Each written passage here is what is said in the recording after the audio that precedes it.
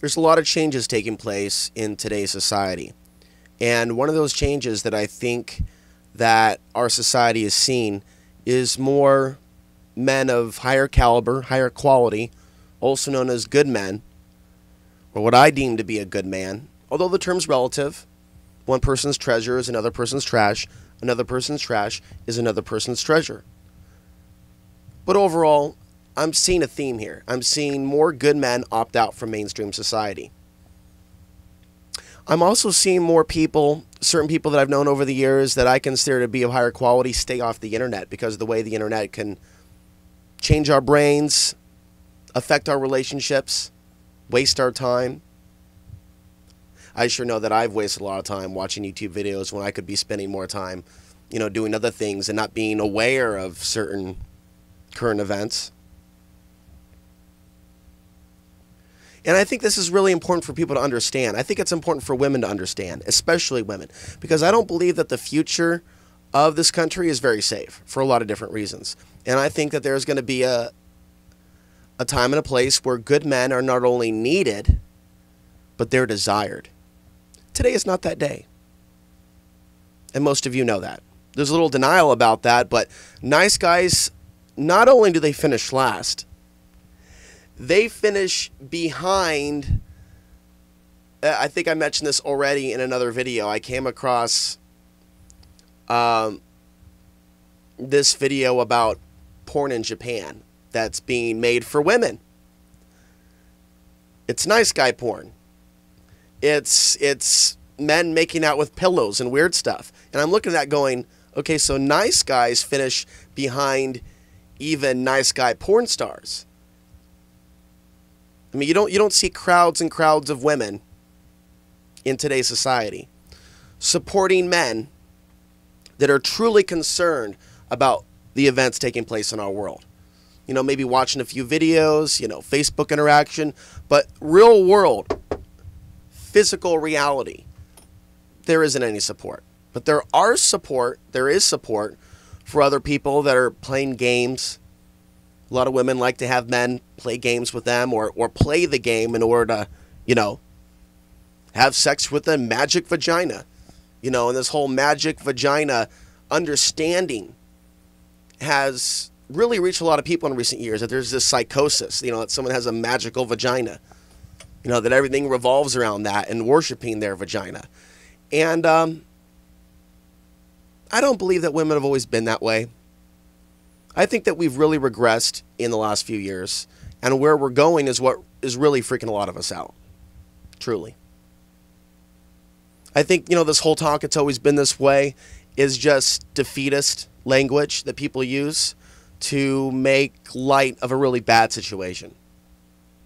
A lot of people's priorities are absolutely reversed. So the future of this country I view as a pretty unsafe one for a lot of different reasons, which I won't get into in this video, but you know where I'm going with that.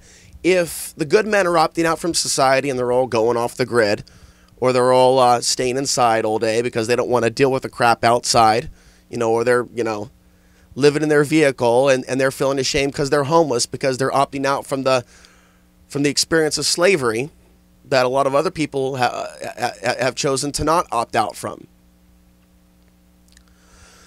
And so it creates a problematic situation. Whether this is part of a conspiracy or by design, there's going to be different opinions on that. I think that it is by design, and it's connected with spiritual warfare. The spiritual warfare that is ongoing on the human population that is currently residing on this planet Earth.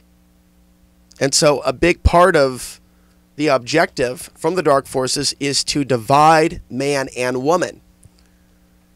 And if circumstances are created as such to where, and mind control and programming and external influence through pop culture, to where, people that are actually looking closely at the current events are seen as the ones you talk to last. And there aren't very many of us. Most of the people in this country are self-serving. There's no shortage of men to be found to join the military or to, man the checkpoint. There's no shortage of servants of this evil system. There's no shortage.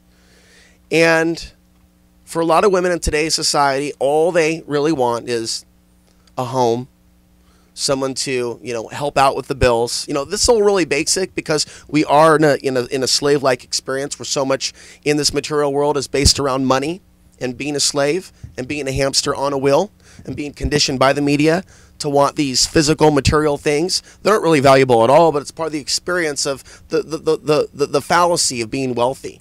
And it is a fallacy. We are not a wealthy country. Regardless of all the trinkets and diamonds, I mean, we're awash in debt, and a lot of it to China. And that's what's concerning long term. Long term, down the line, with a lot of good men opting out from society and choosing to not even participate in the dating scene, you're going to have women, they're going to have a much smaller selection of men to choose from of a certain caliber. There aren't going to be as many men for them to pick from. They're going to treat them with respect and dignity. There aren't going to be as many men around that are actually going to step in and stop a rape when it's taking place if there's a really bad situation taking place in a bombed out future American city. Because they're not going to be anywhere to be found. They're going to be off the grid. They're going to be somewhere else. They have already opted out from society, perhaps at that point, and they're no longer in society. Now let's talk about work. There's a lot of good men out there that don't function very well in the workplace because a lot of more middle managers have become more abusive, and they're expecting a lot more from their employees. And I've mentioned this in other videos, and I've noticed it in my own personal experience. There is a greater preference for hot-looking chicks over men. And as this anti-man agenda really moves forward and moves to the next gear, you're seeing a massive male-female imbalance in the workplace, which is only making things worse overall between men and women. When people are living in a highly competitive environment and there's resentment and there's distrust, and you look at a situation like Portland, for example, everywhere I look, I'm seeing more license plates saying California. I mean, we're having a domestic immigrant invasion taking place. From California, from other states in the U.S., from New York. A lot of people from New York are here. I've seen those license plates as well and the I Love New York t-shirts. So just looking at Portland, for example, there's a lot of men in this society, a lot of men in the city, and some of them might be somewhat good, I guess, or creative or talented, but for the most part, the city is drawing a lot of self-serving individuals that are all about themselves. And because the culture here is so much based on that, as well as narcissism, people that think that they're better than other people in other cities, they, are supposedly progressive and enlightened because of the title that Portland has. And a lot of people are emotionally attached to that image of Portland because they want to upgrade their own self-image. That's why a lot of people get upset when I talk about Portland's dark side. They don't want Portland's dark side brought up because their own self-image somehow has been wrapped up with the fake progressive image of Portland. That's why a lot of Portlanders don't like Alex Ansary, because they don't have enough self-esteem to see their own value outside of it being connected with Portland. That's also why it's very important that I get out of this place in the next couple of months and move on to Colorado. Hopefully I can raise the funds necessary to even leave this region. A lot of people don't that end up in poverty. They just end up stuck. I'm going to make sure that doesn't happen. So women are facing some real serious shit in the future, with more and more men going off grid that are of higher caliber. It doesn't mean that everybody off the grid is a good man. I've met some real scumbags out there. But I think that we're going to continue to see this trend. I really do. I really do. And it is concerning to me how people will be safe in the future with more monster-type personalities living in these urban environments. Portland is a far less friendly place than it was before I left in 2011. I don't know what's changed, whether it, some people want to speculate. Oh, it's the chemtrails. Oh, it's the smart meters. Oh, it's the cell phone towers. That's what it is. Oh, it's all the new people from California and all the Babylonian programming they've brought with them. Oh, no, it's the environmental degradation. It's how we're treating the earth. It's what we've done to the Willamette River. Oh, no, that's not it. It's the past. It's the Shanghai Tunnel past, where the first Portlanders were some nasty motherfuckers that would kidnap each other and send them off to sea, Shanghai them. Or they'd be involved in the brothel operation, the whorehouses, or running drugs or running booze, something like that. So there's a lot of different theories as to why Portlanders are a little different. And they're not very liberty or freedom oriented. They're more on the socialist end, anarchist end. A lot of pissed off folks, a lot of wounded angels are here. A lot of women suffer from extreme anxiety, and it's never actually discussed. We don't discuss real mental health issues in Portland like real adults. It's done at a childish issue, a childish level, to where most of society views the growing homeless as the only problem that they need to worry about, as a large mentally ill group. But there's a lot of mentally ill people that are not homeless here. And I think it's a combination of all those factors I just mentioned as to why we sometimes struggle here. And I'm just using my city as a microcosm. Your city could be just like this. You know, there's someone that watches this channel in Sweden, in Stockholm, Sweden. And she says, the things that I describe in Portland are just like Stockholm, Sweden. And that's not even in the United States. So this isn't really just about this country. There's also people that watch this channel from the UK, and they're seeing similar things there. They're seeing the exact same scenario in London. There's also someone that watches in Singapore, and they're seeing the same thing there. So this isn't really about just the United States. It's like we're seeing a spiritual war on goodness, and not just good men, good women. And that war can take place in really subtle ways, the point where people don't even realize that it's taking place, that people are being pushed out of society. It's not just about relationships. It's about the workplace. There are some managers out there that only want certain types of employees. They're going to get down and almost unzip their trousers and give them fellatio. Maybe not literally, but I would definitely say energetically. You know, the whole saying, kissing your boss's ass. We've moved more into that society. And the corporations, by the way, have only grown stronger in recent years. You know, you may hear about certain stores closing. That doesn't mean that the corporations are getting weaker. They're just restructuring. You know, in this economic crunch, not collapse, but crunch. You know, musical chairs crunch. It gets smaller. They create new jobs. They try to force people through social engineering into these, oh, no, we got jobs. Oh, no. Go back to McDonald's. Or go work for the TSA. Or become a police officer. Go in the military. Become a stripper. Become a cuddle house operator. Hey.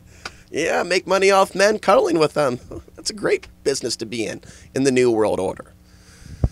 So, whether you're aware of the New World Order or not, whether you're aware of the society that we're morphing into, whether you're aware of transhumanism or not, man and machine merging, whether you're aware of other basic truths,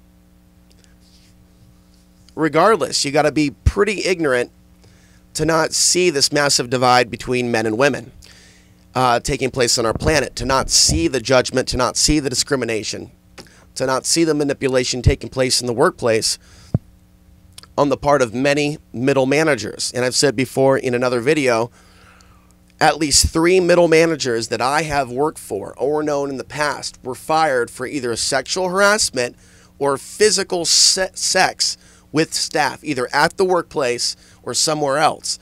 And a lot of us have heard about these stories. And it tends to sometimes go with those in power.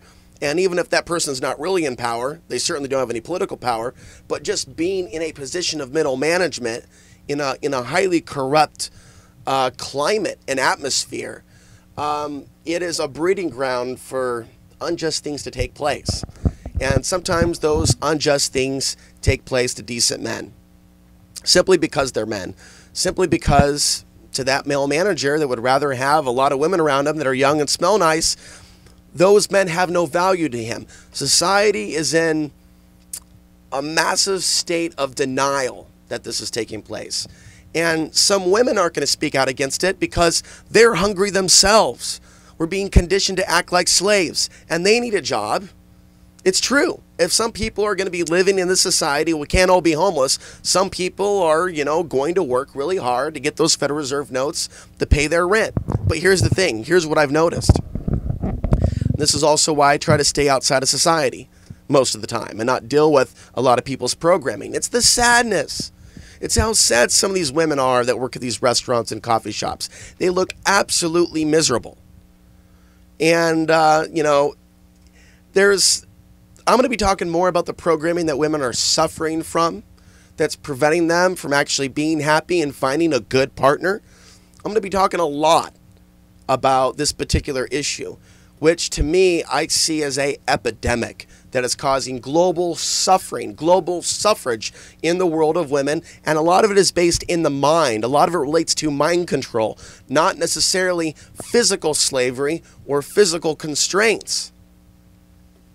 Because I believe that women, if they had that mind control lifted, or if they were able to operate outside of their biological programming, which I don't necessarily think is of the highest, I don't think our biological computer, our bodies, are programmed with the most positive things, and that there's higher consciousness and body consciousness, and there's a lot of people that still have never differentiated between the two. But I think that these are times to really call into question why things are the way that they are. Taking a closer look at relationships, how men are treated, and truly look at how the corruption within our own government truly affects the world of women, even if women don't see it today, even if they're not paying attention to world events.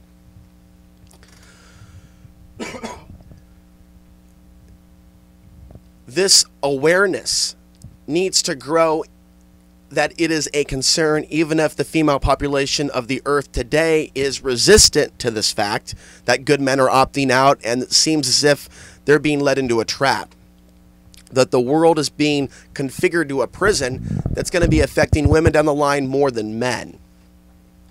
And even if women today are rejecting this truth, we still need to speak to the women of today and help them to understand that it's a setup. When they try to get rid of the good men in society and push us to the edges and remove us and create this false gender war to actually create this divide, it's really bad, because when the men aren't there to protect the women in the physical world, where there are physical predators, and I'm not talking necessarily about bears and werewolves, we're talking about gangs of rapists, invaders. Humans do what humans do, and it is a part of the historical record that when countries implode, that there are certain plummets, issues in physical society, like a plummet in personal safety, where it's just every man and woman out for themselves, and it's just like hell on earth. And I really feel for women in those situations that actually don't have good men to actually stand by them. But when we're in a society where we're being told, no, you have no purpose, you know, you're a homeless bum, because there's a growing number of homeless men, and once you hit that category, people don't want to have anything to do with you. And that's part of my experience here in Portland, being home free, even though I'm in a trailer. It's like you have Ebola, and people don't want to be close to you because you have that stigma. It doesn't matter how good you are. It doesn't matter how good I am. As long as you have that stigma, you're marked. So until women evolve their own sexuality, their own consciousness, until women have a collective shift in consciousness, the world's going to end up in a really unsafe place for the future Earth women that will be inhabiting this planet later on, that have yet to be born. And women today do not see it. They do not see the social consequences for good men opting out, that for whatever reason, be it mind control or any of the other reasons, they're not seen as valuable to the society. I'm not the only person that sees this. There are other women that see this. There are other men that see this. There aren't a whole lot of philosophers on YouTube or on the internet that are getting deep, though, into what is actually causing this. And as the videos progress this year in 2015, I'm going to be scratching the surface and trying to go down the rabbit hole into certain areas as to really why we are in these circumstances and how we individually can heal. How we individually can take responsibility for becoming more conscious. And I think that there are certain things that I would see in a conscious male, and certain things that I would see in a conscious female. Likewise, there are certain behaviors that we would expect from an unconscious female, and certain behaviors that we would certainly see from an unconscious male. It's important that people know that it's an individual choice to become more conscious, and that we need to pull away from this expectation, or false belief rather, that we are going to see, or that we are currently in, a collective shift in consciousness. We are not anywhere close to that. We're closer to seeing a collective mental health crisis on the earth. That's what's actually more real than a collective shift in consciousness, a global mental health crisis on the earth. I think it's our responsibility as semi-conscious humans trying to become more conscious that we keep reminding people that this is about the broken relationships in our lives, not just between men and women, but also broken families. You know, there's a story about a woman that was starving to death in a nursing home in the UK. It's actually a big story right now. She's caught on video, recorded on video, asking a visitor to please bring her food. And we're starting to hear more stories about horror stories taking place in these nursing homes. And it's really about a failed relationship amongst the family. And a lot of us, by design, have been split up and separated around the globe. And many people have been trapped by all the, you know, shiny things of today's day and age, all these ego traps. And people have forgotten that family actually means something, and chasing material things until your last dying breath only brings misery. There are some people that have yet to actually wake up to this reality. And I think that as human beings, we're here to become conscious of those things, change our behavior, and evolve our soul to the next level. So these are just some things, some food for thought, centering around the theme that more and more good men, men of higher quality and caliber, men of morality, men of ethics, more of them are being pushed out of society by either the job place or by a lot of women. And there's a lot of reasons for that. Some of them I mentioned, some of them I haven't. And as a result, I foresee a less safe society in the future. We could change it overnight. The women could change it overnight if they wanted to. But we haven't seen that yet take place. And we should not hold our breath.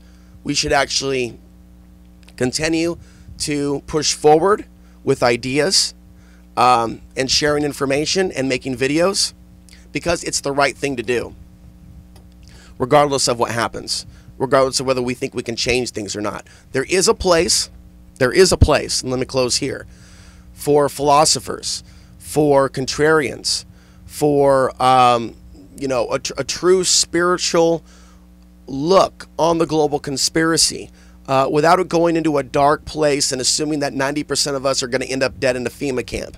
There is place for philosophy. There is place for the questioning of our very existence on this planet. Thank you for watching.